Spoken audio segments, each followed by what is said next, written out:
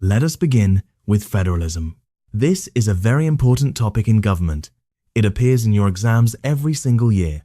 By the end of this lesson, you will understand the meaning of federalism, the features of a federal system, the reasons for adopting federalism in Nigeria, the merits and demerits of federalism, the problems of federalism in Nigeria, and how to answer exam questions.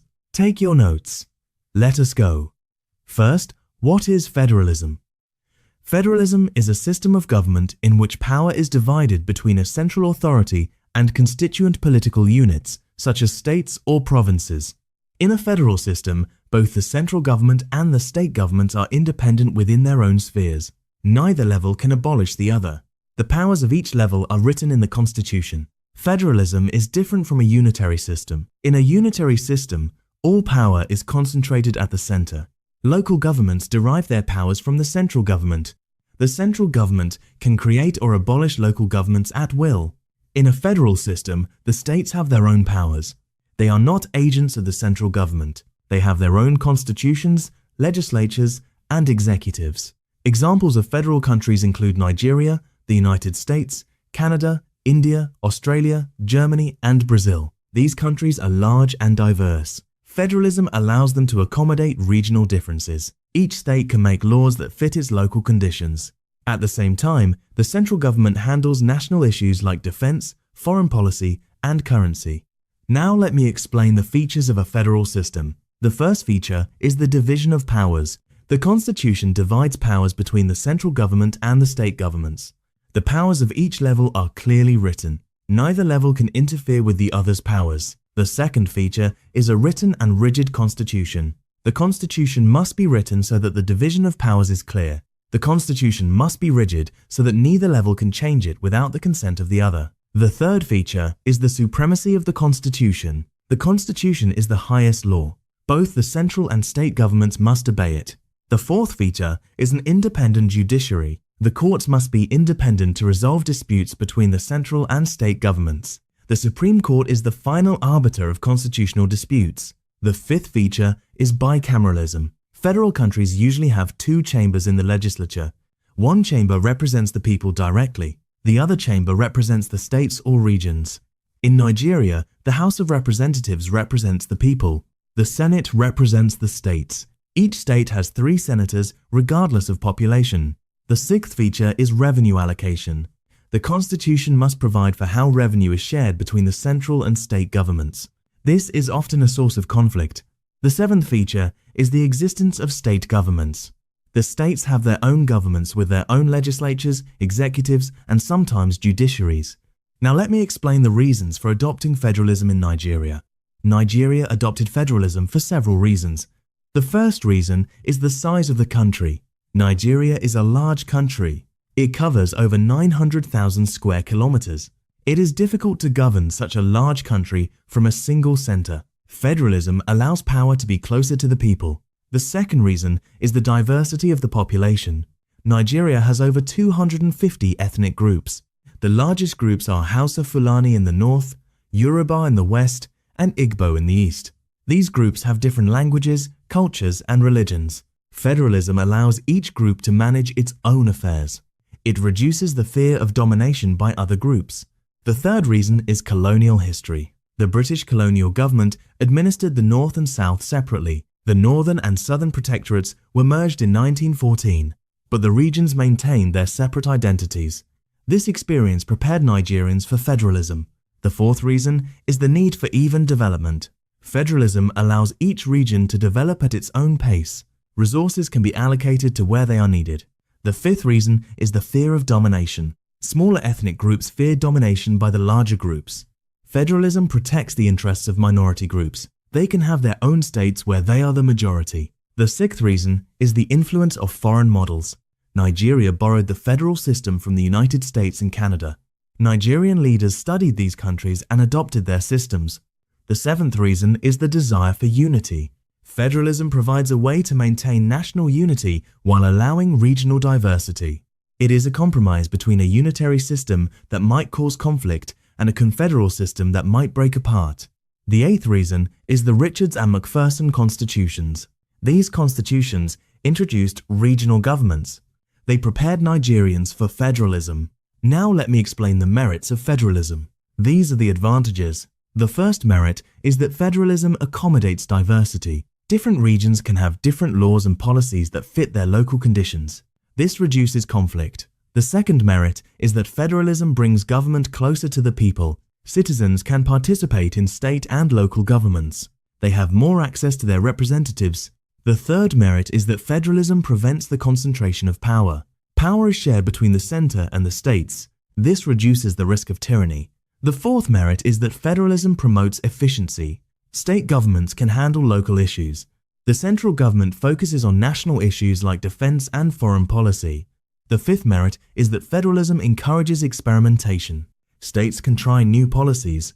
If a policy works in one state, other states can copy it. This is called laboratories of democracy. The sixth merit is that federalism protects minority groups. Minorities can have their own states where they are the majority. They are less likely to be oppressed. The seventh merit is that federalism promotes national unity. By giving regions autonomy, federalism reduces the demand for secession. States are more likely to stay in the federation. Now let me explain the demerits of federalism. These are the disadvantages. The first demerit is that federalism is expensive. Maintaining two levels of government is costly.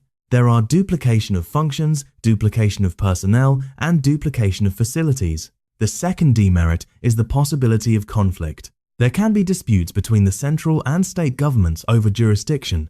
These disputes can lead to political crises. The third demerit is the problem of secession. A state may decide to leave the federation. This can lead to civil war, as happened in Nigeria from 1967 to 1970. The fourth demerit is that federalism can create inequality. Some states are richer than others. They can provide better services. Poor states may lag behind. The fifth demerit is that federalism can be inefficient. It can lead to duplication of efforts. Both the central and state governments may provide the same service. The sixth demerit is that federalism can weaken the center. The central government may be too weak to handle national issues. It may depend on the states for implementation. Now let me explain the problems of federalism in Nigeria. Nigeria has experienced several problems with its federal system. The first problem is the imbalance between states. Some states are large and populous. Others are small. Some states have abundant natural resources. Others have few resources. This has created inequality. The second problem is the revenue allocation formula. The states are constantly fighting over how to share oil revenue. The derivation principle has been a major source of conflict. The third problem is the issue of state creation. There have been demands for more states. The federal government has created 36 states since independence, but some groups still demand more. The fourth problem is the over-concentration of power at the center. Despite being a federation, Nigeria's central government is very powerful. The federal government controls oil revenue. The states depend on the federal government for funding. This makes them weak. The fifth problem is corruption. Federalism has not prevented corruption. Billions of naira meant for states have been stolen. The sixth problem is ethnic and religious conflict. Federalism has not eliminated these conflicts. There have been many clashes between groups. The seventh problem is the cost of government. Running 36 states and a federal government is very expensive. Much of the budget goes to salaries and overhead. This leaves little for development. A common exam question asks you to define federalism and list its features. Here is a sample answer. Federalism is a system of government where power is divided between a central government and state governments. Its features include division of powers, a written and rigid constitution, the supremacy of the constitution, an independent judiciary, bicameral legislature, revenue allocation, and the existence of state governments. These features distinguish federalism from unitary and confederal systems. Another exam question asks you to explain the reasons for adopting federalism in Nigeria. Here is your answer. The reasons for adopting federalism in Nigeria include the large size of the country, the diversity of the population, the colonial history of separate administrations, the need for even development, the fear of domination by larger ethnic groups, the influence of foreign models, and the desire for unity. Federalism was seen as the best way to hold the diverse country together. Another exam question asks you to discuss the merits and demerits of federalism. Here is your answer. The merits of federalism include accommodation of diversity.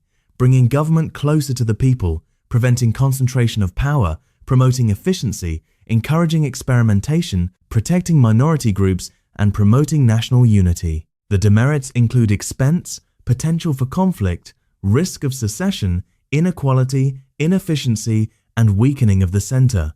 Another exam question asks you to analyze the problems of federalism in Nigeria. Here is your answer. The problems include imbalance between states, conflict over revenue allocation, demands for more state creation, over-concentration of power at the center, corruption, ethnic and religious conflict, and the high cost of government. These problems have made Nigerian federalism unstable. Reforms are needed to address these issues. Here is what you need to take away. Federalism is a system of government with divided power between central and state governments. Its features include division of powers, written constitution, independent judiciary, and bicameral legislature. Nigeria adopted federalism because of its size, diversity, colonial history, and fear of domination. Merits include diversity, accommodation, and prevention of tyranny. Demerits include expense and potential conflict.